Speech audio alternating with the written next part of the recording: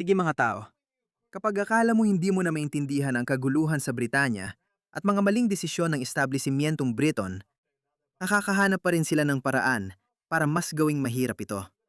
O baka hindi. Pinapapahirap ba nilang maintindihan para sa atin? Baka nga pinapasimple lang nila para maintindihan natin na ang mga sumira sa lipunang Britanya, civil service, politika, at ugnayang panlipunan ay hindi talaga gustong ayusin ang Britanya. Sinasadya talaga nilang sirain ang Britanya. At mararamdaman ang epekto nito sa buong kanluran, hindi lang sa mga bansang kabilang sa Anglosphere. Mararamdaman ito dito sa Australia. Mararamdaman din ito sa Canada, sa New Zealand, at oo, pati na rin sa Amerika. Alam kong gusto nisipin ng mga Amerikano na sila ay kakaiba. Pero pasensya na, konektado tayong lahat. Ang ideolohiya at ang mga taong abala sa pagsira sa Britanya, abala rin sila dito. Sa bawat isa sa ating mga dakilang bansa, lahat sila ay abala. Tingnan mo ito. Haring Charles, sa totoo lang, alam kong may malaking kilusan laban sa monarkiya. Maraming taong tinatawag ang sarili nilang anti-monarkista o parang ganoon. Ako, bilang isang tagalabas, ay palaging tumitingin sa maharlikang pamilya na may kaunting paggalang. Siguro hindi paggalang ang tamang salita, pero tiningnan ko ito ng positibo. Malaking tagahanga ako ni Prinsesa Diana. Naalala ko nung Agosto 1000, 1977. Oo, Agosto 1000, 1977 yon. 13 taong gulang ako noon. Una, namatay si Ina Teresa, tapos sumunod si Nusrat Fateh Ali Khan. Nalungkot talaga ako sa pagkamatay niya. Naalala ko na nabanggit pa siya ni Prinsesa Diana. Ilang araw lang, namatay din si Prinsesa Diana. At medyo napaiyak ako. May lihim akong paghanga sa kanya. Parang 13 taong gulang na lalaki. Naalala kong nalungkot, nasaktan, at napaiyak ako. Kaya alam mo yon. Tapos tiningnan ko sina Prinsipe William at Prinsipe Harry. Si Harry, parang kasing edad ko lang. Dati, wala akong problema sa royal family. Pero hindi ko na masabi yun ngayon. Tingnan mo, ito si Harry. Ito si Haring Charles. Oh, tingnan mo siya. Binago lang ng royal family ang job description ng monarkya para isama na rin ang ibang relihiyon. In update ng opisyal na trabaho ng hari, mula pagiging tagapagtanggol ng Church of England, para ngayon ay protektahan ang pananampalataya sa isang multi-faith na bansa, kahit ano pa ang ibig sabihin nun. Matagal na nilang pinupuna ang mga Kristiyano at Kristyanismo, ilang dekada na. At nagpatupad pa sila ng mga batas laban dito. Pag-usasan sana lang natin ang tungkol sa aborsyon. Oo, kahit ano pa ang posisyon ko dyan. Pero ituturo ko lang ito. Ituturo ko ang pagkukunyaring ito. Halimbawa, ang mga Kristiyano, ayaw nila ng aborsyon. Sige, ayaw nila ng aborsyon. Iniisip nila na parang pagpatay na rin yon. Kahit isang araw pa lang ang fetus. Oo.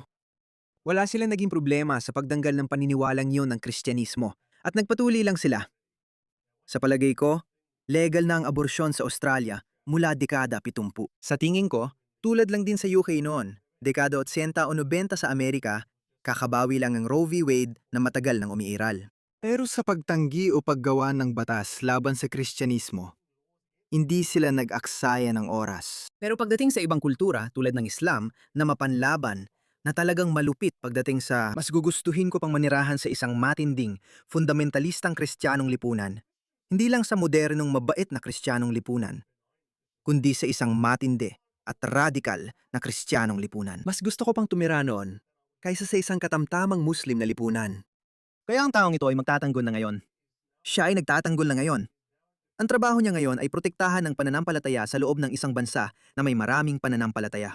Hijab, burka, niqab, lahat ng yan. Kaya tingnan natin kung ano talaga ang ibig sabihin nito. Kaya tingnan mo ito. Kaya poprotektahan ng hari ang espasyo para sa pananampalataya sa isang bansang may maraming relihiyon bilang bagong bahagi ng kanyang opisyal na tungkulin. Inanunsyo ng Buckingham Palace ang mahalagang pagbabago sa tungkulin ng hari sa bagong Sovereign Grant Report dahil nilalarawan siya bilang tagapang-alaga ng pananampalataya sa iba't ibang relihiyon ng Britanya. FGM, pag-aasawa ng bata, poligamya, bigamya, kultura ng karangalan. Lahat ng yan ay ipagtatanggol na ngayon ng kasalukuyang monarko ng United Kingdom ng Great Britain. Hindi mo maintindihan. May dahilan kung bakit may mga pagkakaibang kultural na yon. Likas na iba ang mundong Muslim kaysa sa mundong Kristiyano o sa mundong kanluranin sa pangkalahatan. Sa loob ng maraming siglo nang umiiral ang mga pagkakahiwalay na yon dahil may dahilan. Ang maling idea ng pagdadala ng tao at pag-asang magiging maayos ay malinaw na pumalpak. Hindi talaga ito naging maayos. Hindi ba't nakakatawa na si Rupert Lowe ay kamakailan lang nagsalita tungkol dito? Itong sinabi ni Rupert Lowe kamakailan. Nagsalita siya tungkol dito. Tama, Hari. Kaya siya ang nasa itaas. Sa konstitusyon, napakahalaga niya, Patrick, dahil ayon sa ating konstitusyon, siya rin ay dapat tagapagtanggol ng pananampalataya. Iyan ang kanyang papel. Ang pananampalatayang iyon ay Church of England. Ang pananampalataya siya ang tagapagtanggol nito. Pero hindi ng lahat ng pananampalataya. Hindi yun ang tungkulin niya. Alam mo, marami akong nagawang trabaho para sa Princess Trust at nakilala ko na si Haring Charles ng ilang beses. Hindi ko alam kung ano ang ginagawa o hindi niya ginagawa para maimpluwensyahan ang sitwasyong ito. Kung mabuting tao siya, babasahin niya ang ulat na ito at gagabayan niya ito sa tamang paraan.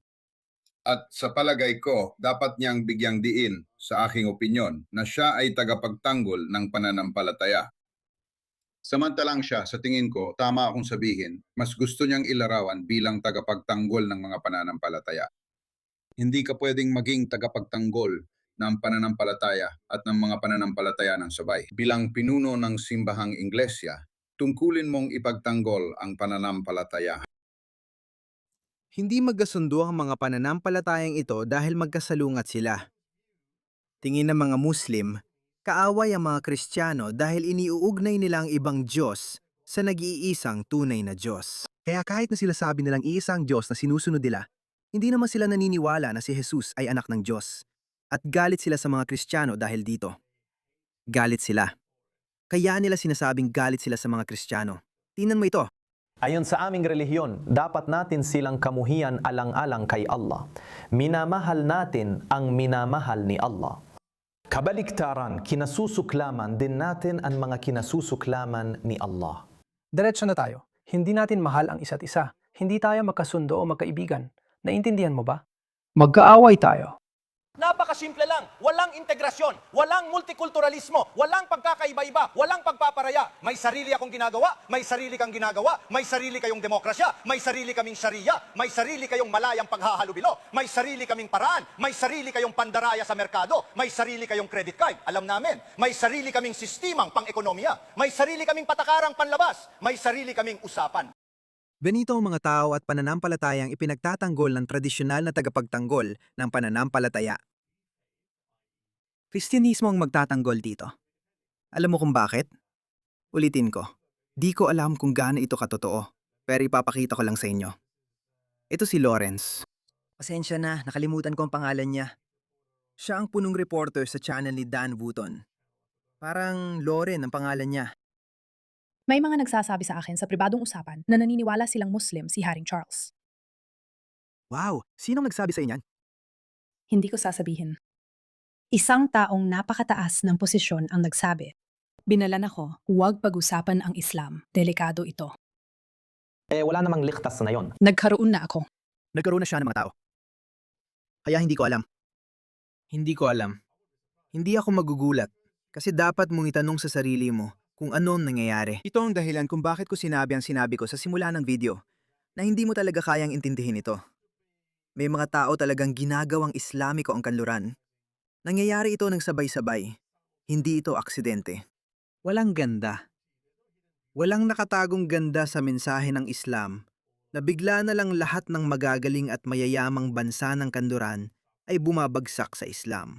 Sige, hindi pa sila lubusang gumagsak, kaya huwag tayong mawala ng pag-asa. Pero nangyayari na lahat ito. Hindi ito natural. Sigurado may malalaking tao na sangkot. Ganon nga. Sabi ko nga, walang katuturan, di mo talaga maintindihan. Isang paurong na relihiyong medieval na matagal nang dinurog ng kanluran sa loob ng 200 taon, biglang nagiging prominente sa halos lahat ng mayayamang bansang kanluranin. Amerika, Canada, Britanya, Pransya, Alemanya, Australia, New Zealand. Mukhang wala nang ligtas na bansa. Kaya may nangyayaring kakaiba. At ang mga taong gumagawa nito ay siguradong may malalalim na koneksyon sa mga nasa itaas. Ito ang dahilan kaya nang dumating si Trump isang tunay na Amerikanong negosyante mula New York. Sinabi niya sa unang termino na hindi natin alam ang totoong nangyayari. Kailangan nating itigil ang imigrasyon mula sa lahat ng bansang Muslim. Sinabi niya yan noong 2015. Sige, 11 taon na palang lumipas. Parang ang tagal na. Ibang-iba noon ang mundo at binatikos siya ng lahat. Hindi ko kaya ito. Nilagay niya ang 13 bansa, pero binaligtad ng Korte Suprema ng US ang desisyon. Mangyayari ito agad, kahit anong right-wing na partido ang maupo. Hinihikayat ko si Pauline Hanson ng Australia na tanggapin ang pulisiyang yon. Alam ko na makakatanggap siya ng maraming batikos mula kahit sa ating tradisyonal na konserbatibong partido politikal, ang mga liberal at ang mga nasyonal na kilala bilang koalisyon. Maaring atakehin pa rin siya ng mga iyon. Pero kailangan agad gawin ng Australia ang mga hakbang ngayon. Hindi mo ako masisisi o mapupuna sa pag-iisip na si Haring Charles ang natutulak na Islamisasyon sa mga bansang Anglosphere, maliban sa Amerika na wala naman siyang kapangyarihan. Pero alam mo, sa Australia, ang opisyal nating pinuno ng estado ay ang Gobernador General, kung saan ang ating punong ministro ay opisyal na nag-uulat sa Gobernador General na nag-uulat naman kay Haring Charles. Hindi ko sinabing nakikialam si Haring Charles sa mga pang-araw-araw nating usapin. Hindi ko naman iniisip na ginagawa niya yon. Pero malinaw na bilang isang seremonyal na posisyon, may papel pa rin sila at may impluensya. May bigat pa rin yon. Sige, at mukhang ang mga politikong kaliwa natin, mas interesado sila at mas tugma sa adyenda o pag-iisip ni Haring Charles. Pakinggan natin si John Hannam at ang sasabihin niya ukol dito. Palatandaan na naman ba ito ng pagkakawatak-watak ng bansa? Ang hari o reyna ay palaging ganun. Mula pa noong 1530 nang humiwalay si Henry VIII sa simbahan ng Roma at itinatag ang simbahan ng Inglaterra. Ang pinuno ng monarkiya. Isipin mo na lang ang bigat ng kasaysayan sa isang sandali. Itong mga institusyon na winawasak. Ang ilan sa mga institusyong ito o mga tradisyong ito ay umiral na sa loob ng daan-daang taon. Bumabalik tayo hanggang kay Haring Henry, ang ikawalo mga kaibigan. Ang opisyal na monarko ng United Kingdom ay naging tagapagtanggol ng pananampalataya mula pa noong ika-16 na siglo. At may darating na tao at basta-basta na lang itong itatapon. Siyempre, magkakaroon nito ng mga epekto. Ito ang dahilan kung bakit tulad ng sinabi natin, kapag pinakikialaman mo ang mga pundasyong halaga gaya ng malayang pananalita, pagtitiis, pagkakaiba-iba at multikulturalismo, kahit konti lang ang binago mo, malaki pa rin ang epekto nito. Sa una, mukhang mabuti ito. Ano bang masama sa pagiging mabait sa tao mula ibang kultura at lahi? Sa totoo lang, maganda naman ito. Ano bang pinakamasama na pwedeng mangyari kung bigla tayong maging mas mapagparaya sa mga Afrikano o Timog Asyano? Nakita na natin kung ano nangyayari. Ganito ang nangyayari. Oo, alam ko. Ganap na pagbagsak ng lipunang kanluranin. Nasa Paris ito. Naghahasik na matinding gulo ang mga nananalasang gang na mga banyagang lalaki mula sa ibang kultura.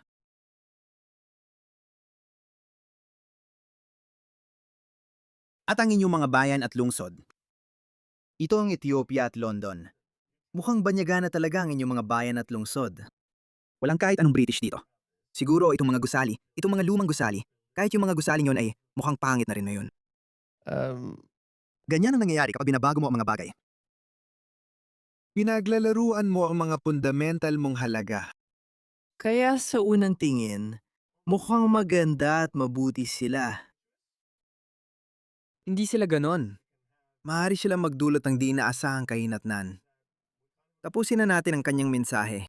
At itinatag ang simbahan ng Inglaterra. Ang pinuno ng monarkiya, ang hari o reyna, ay palaging tagapagtanggol ng pananampalataya, pinuno ng simbahan ng Inglaterra, ang pangunahing tao sa loob ng simbahan ng Inglaterra. Ngayon, naglabas na ang monarkiya ng bagong definisyon ng papel na ito. At ang opisyal na tungkulin ng hari ngayon ay protektahan ng pananampalataya sa loob ng isang bansa na may maraming relihiyon ayon sa bagong inilathalang definisyon ng palasyo tungkol sa papel ng monarko. Kaya hindi na sila tagapagtanggol ng pananampalataya. Tungkulin nila ang protektahan ang iba't ibang pananampalataya. Kung ganoon, siguradong hindi na sila maaring maging pinuno ng simbahan ng Inglaterra. Malaking pagbabago yon sa konstitusyon. Yan ay klasikong conflict of interest. Hindi ka pwedeng maging abogado ng dalawang magkalabang panig. Hindi pwede. Malaking pagbabago ito sa konstitusyon para sa monarkiya sa bansang ito, pero mukhang palihim lang inilabas. Walang umimik ni isa. Bago na ang kanilang trabaho, sabi ng lahat, kasama na yon ang pagprotekta sa pagkakaisa ng lipunan at komunidad. Sinasabi ng mga komunidad na ito ay pagkakaiba-iba. Ang pagkakaiba-iba nagpapalakas sa atin. Nasaan ito dito? Nasaan? Maghanap ka ng puting tao. Maghanap ka ng kahit isang puting tao dito. Paano naging iba-iba yan? Pananakop lang yan. Ipapaliwanag ko kung anong ibig sabihin ng pagkakaiba-iba. Kahit noon at ngayon, hindi ko nararamdaman na ako'y dayuhan. Kapag naglalakad ako sa lugar namin o ibang parte ng Melbourne, iba man ang itsura ko.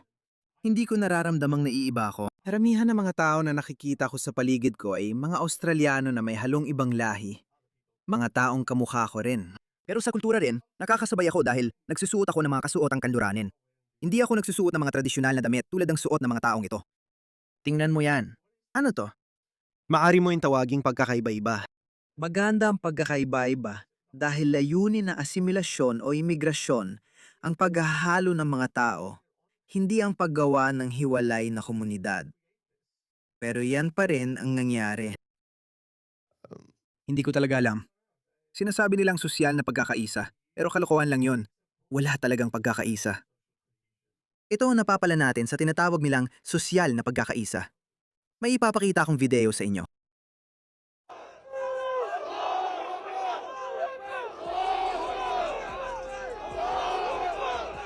Paano natin... Nasaan ang sosyal na pagkakaisa dito? Galit ang mga taong ito. Galit sila. Galit sila sa Britanya, sa kultura, lipunan, at pamumuhay ng mga Briton. Galit sila sa lahat na may kinalaman dito. At ako, kung tutuusin, hindi ko nga sila masisisi.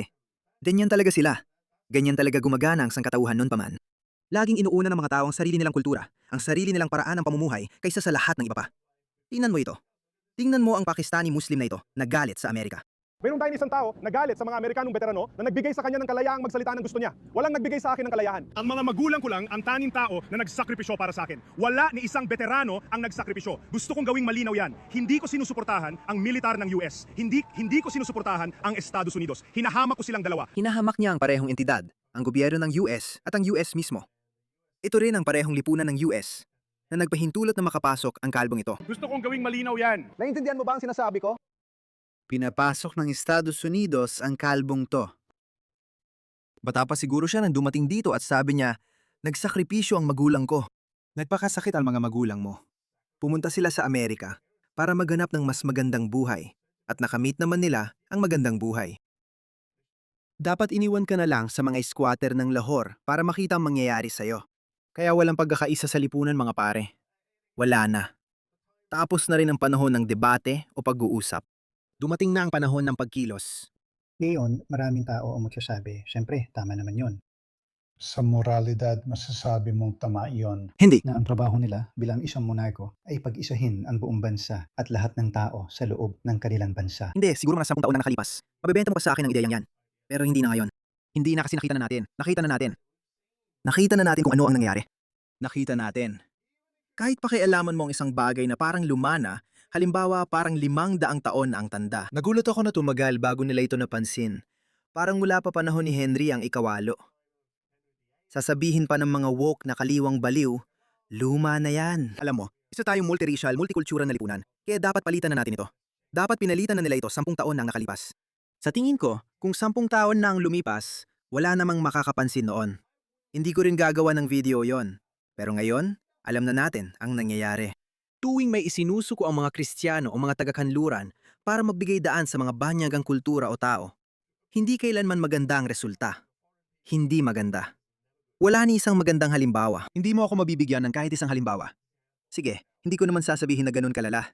Pero may mga tao na nagsasabing, kahit ang civil rights movement ay isang pagkakamali. Hindi, ang sinasabi ko ay, wala akong opinyon tungkol doon. Sige, pero ang punto ko, Kapag itinataas mo ang iba kapalit ng sarili mong kapakanan, may mawawala talaga sa'yo. Ganun lang yon. Wala naman akong problema doon. Pero ang baguhin, ang ibig sabihin ng ginagawa nila at pagiging tagapagtanggol ng pananampalataya, yun na talaga ang kahulugan noon pa. Tinawag itong simbahan ng Inglaterra dahil may dahilan. Tinawag itong simbahan Anglikano dahil may rason. Malaking hakbang ang pagbabagong definisyon na yan at parang basta na lang inilabas. Walang debate. Walang pagtatalo o konsultasyon sa pagkakaalam namin. Walang pag-uusap sa parlamento. Walang galaw sa parlamento. Alisin na natin ang lumang simbahan ng England at ipagtatanggol ang lahat ng pananampalataya. Hindi na tayo magiging pinuno ng Church of England. Luma na yan. Nakakatawa. Ipinapakita nito ang tunay nating direksyon bilang bansa. Kung isipin, ang Church of England ay isang denominasyon ng Kristyanismo. Pero ang monarko ng England ay di na interesado itong ipagtanggol. Hindi ba't nakakagulat? Parang ikaw ang nakaimbento nyon, parang mga Saudi na tumatalikod sa Islam at nagsasabing, ganito na lang? Wala na akong pakialam sa Islam. Maaring umasa na balang araw, ang Pakistan, Bangladesh o Indonesia ay tatalikod sa Islam. Hindi naman nila ito inimbento, kundi sinundan lang. Pero ang Saudi Arabia, hindi nila bibitawan yon kahit di na sila naniniwala sa Islam dahil sila ang nag-imbento. Ganito ang sitwasyon mga pare. Ganito kasira ang kalagayan ng Britanya. Hindi sila titigil hanggat hindi nila nabubuwag ang United Kingdom at kasabay nito, lahat ng ating mahuhusay na bansang Anglosphere at mga bansang kanluranin. Hindi talaga sila titigil, hayagan pa nilang sinasabi. Hayagan nilang itinataguyod ang ideyang hindi dapat magkaanak ang mga puti at bigang daan ang ibang lahi. Ayokong mabuhay sa ganong realidad. Hindi ko alam, eugenics nga yon, hindi ba? Ang kaliwa, sino mag-aakalang sila ang nagtutulak ng eugenics?